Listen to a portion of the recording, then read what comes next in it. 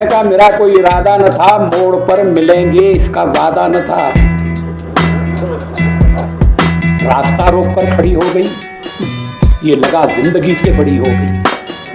अटल बिहारी वाजपेयी ने एक लड़की से बेहद ही प्यार किया, मगर उस लड़की के माता पिता को अटल मंजूर नहीं था। इस वजह से वो दोनों अलग हो गए। ज़िंदगी एक खूबसूरत यात्रा होती है, खूबसूरत मोड़ों के साथ। क्या पता किस मोड़ पर कौन सा खूबसूरत लम्हा आपकी ज़िंदगी बदल दे। भारत के पूर्व प्रधानमंत्री अटल बिहारी वाजपेयी की ज़िंदगी में जब वो लम्हा आकर गुजरा तो वो उदास हो गए। उन्हें लगा अब सब जो कुछ कल खत्म थे हो गया। लेकिन वे आज बाद में नहीं, यही लम्हा उनकी ज़िंदगी की जो खूबसूरत आज प्रेम हैं कहानी बन कल गई। नहीं होंगे। देश के राजनीतिक हलके में घटी सबसे महान प्रेम कहानी थी। कहानी की शुरुआत 40 के दशक में हुई थी, जब अटल ग्वालियर के एक कॉलेज में पढ़ रहे थे।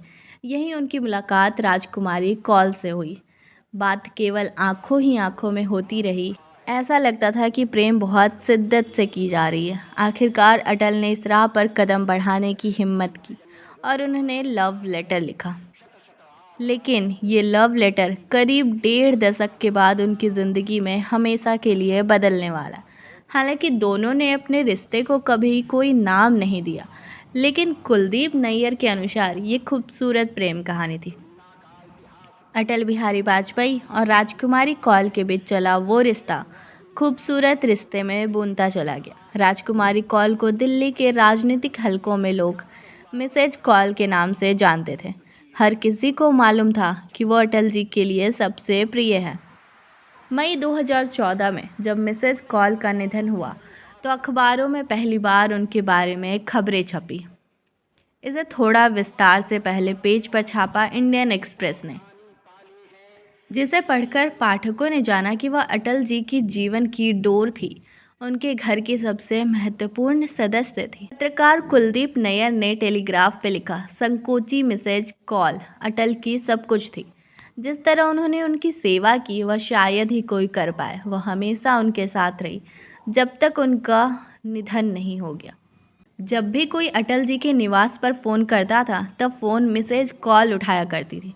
एक बार जब उनसे बात हुई तो उन्होंने परिचय कुछ यूँ दिया, मैं मिसेज कॉल राजकुमारी कॉल हूँ।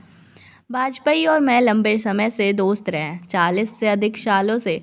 उन्होंने ये भी बताया कि किस तरह से सालों से वाजपेयी जी उनके और उनके पति प्रोफेसर कौल के साथ रहते आए हैं। ये बात 40 के दशक की है, जब किसी लड़के और लड़कियों की दोस्ती को अच्छी निगाह से नहीं देखा जाता था।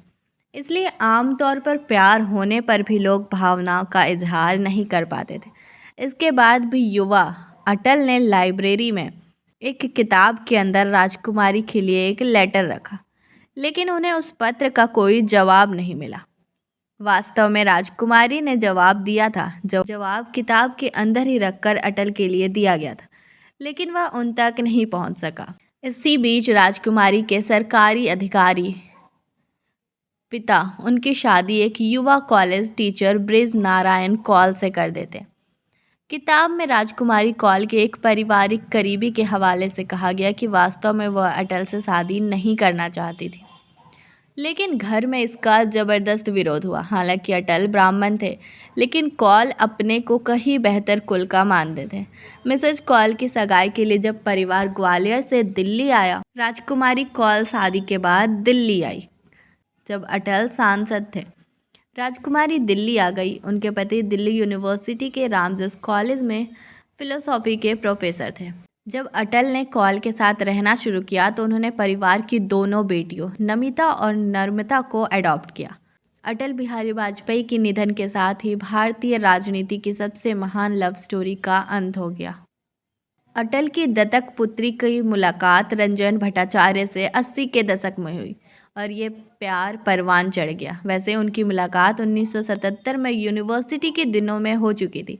रंजन ओबरॉय होटल में काम करते थे, जबकि नमिता दिल्ली यूनिवर्सिटी के दौलत राम कॉलेज में पढ़ाई करने के बाद मौर्य होटल में काम करने लगी थी। जब रंजन घर आने लगे तो शुरू में अटल उनसे दूरी बनाकर रखते थे, लेकिन बाद में उन्होंने अटल का दिल जीत लिया और दोनों की शादी हो गई। शादी के बाद वह भी साथ रहने आ गए। वो अटल को बाप जी कहते हैं। मिसेज कौल की दूसरी बेटी नर्मदा डॉक्टर बनी और न्यूयॉर्क चली गई। वो वहीं रहती है। उनके पिता बृज नारायण कौल ने अपनी आखिरी दिन उसी के साथ गुजारे।